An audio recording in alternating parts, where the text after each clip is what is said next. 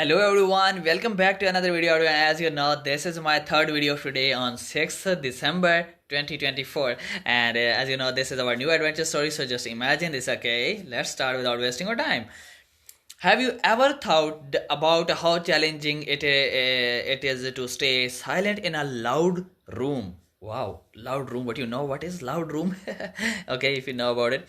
Well, today I am sharing the funniest MrBeast challenge that turned this idea into an unforgettable lesson. Picture this, imagine this.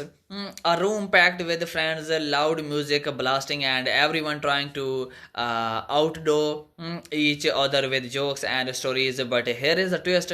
MrBeast challenges a group to stay completely silent. The catch: whoever breaks the silence first has to give up their chance at winning a massive cash prize. No, you might think, how hard can it be, okay? But as the laughter erupts and people start getting creative with gestures and facial expressions, it becomes a hilarious battle of wills.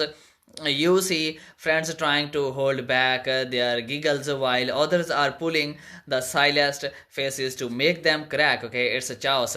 But here is where the real learning kicks in. As the challenge continues, participants realize that silence is not just about not speaking, it's about being present in a world filled with noise.